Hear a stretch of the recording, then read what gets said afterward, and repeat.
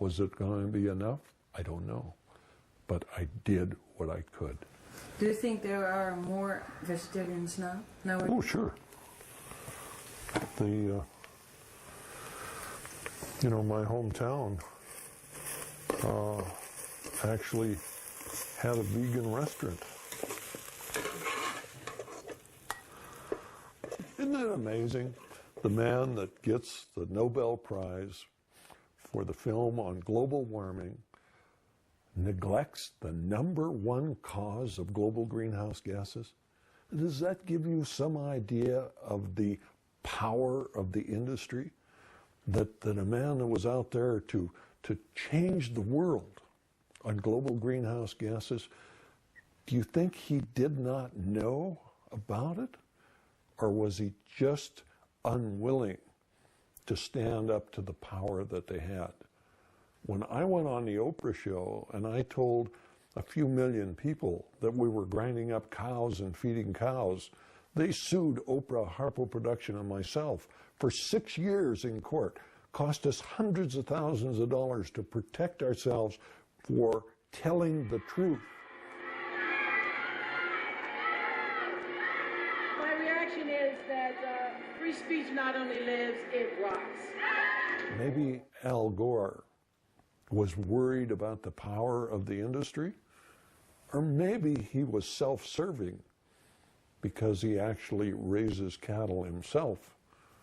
And if you look at Al since he left office, there's no doubt in my mind that he's eating well too many of them.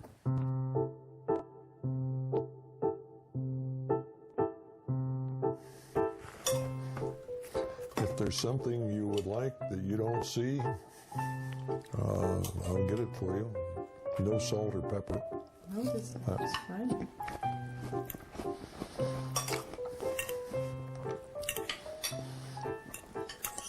What was your favorite meat product when you were? Hamburger. Hamburger? You ate a lot of hamburgers? Yeah, the best meal in the world was pork and beans, potato salad, and hamburger. I could eat that 3 times a day, every day. Breakfast, lunch, and dinner. Didn't make any difference. Really? Loved it.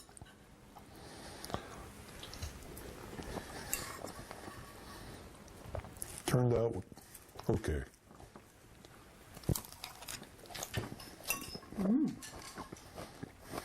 Why so, not say it turned out great? Well, if my wife cooked it, it'd been better. But it just goes to show that if an old cattle farmer can do this, anybody can do it.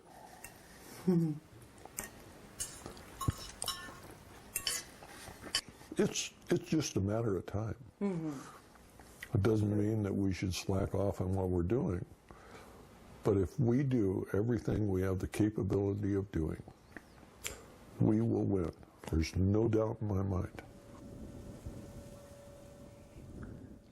The FAO has made some very interesting calculations. Between 1950 and the year 2000, the world population grew from 2.6 billion to 6 billion people.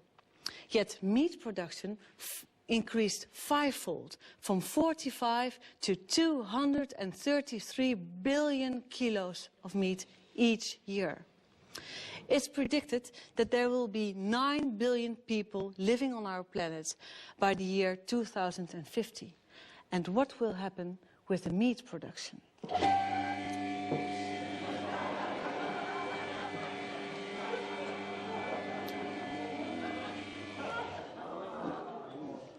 The meat production will double to 450 billion kilos of meat by the year 2050.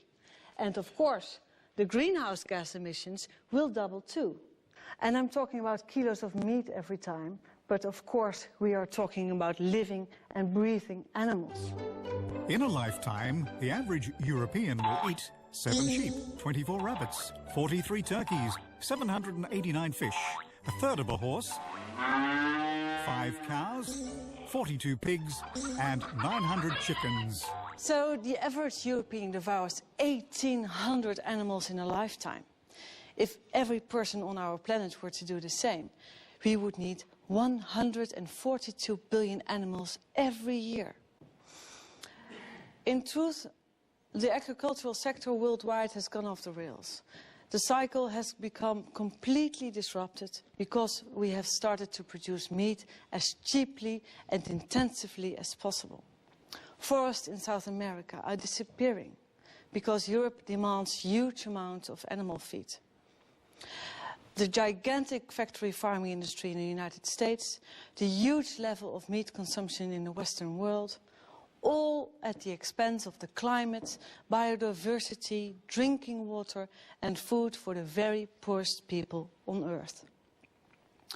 If we don't change our eating habits, we will be consuming 450 billion kilos of meat by 2050. What does that mean for our planet? Dr. Steinfeld, what does it mean for our planet? What's your scenario? Well, there is a pessimistic scenario, and that is that nothing is done about it, and we continue to produce animals in the way we do right now. And in that case, the environmental impact is going to deteriorate beyond measure. And there is a need to urgently address this issue and to deal with waste, to deal with greenhouse gas emissions, to deal with biodiversity losses. And measures are available, technology options are available. What is lacking is the political willingness to act on these and to steer the livestock sector into a more sustainable way. But suppose we eat no meat for, let's say, 1 day a week. Will that have any positive impact on the environment? What do you think?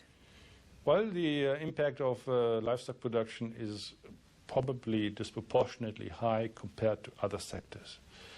So reducing consumption is likely to have a positive impact on the environment. What do you expect? Are we going to eat less meat in the future? I think that the human health concerns and the animal welfare concerns and the environmental concerns will be increasingly appreciated by a growing number in the public, and that will lead to a slow decline in, at least that's my personal prediction, to a slow decline in the consumption of meat in particular. Okay, thank you. Dr. Steinfeld is not very optimistic, but he also points to a lack of real political will to change things. Yet, is this enough to lead us to despair? Well, I don't think so. There are some rays of hope, tiny rays of hope. I think that is just because people simply don't know. I'm sure that if they knew, they'd want to change their eating habits. But even politicians, who you would expect to know more, haven't got the faintest clue.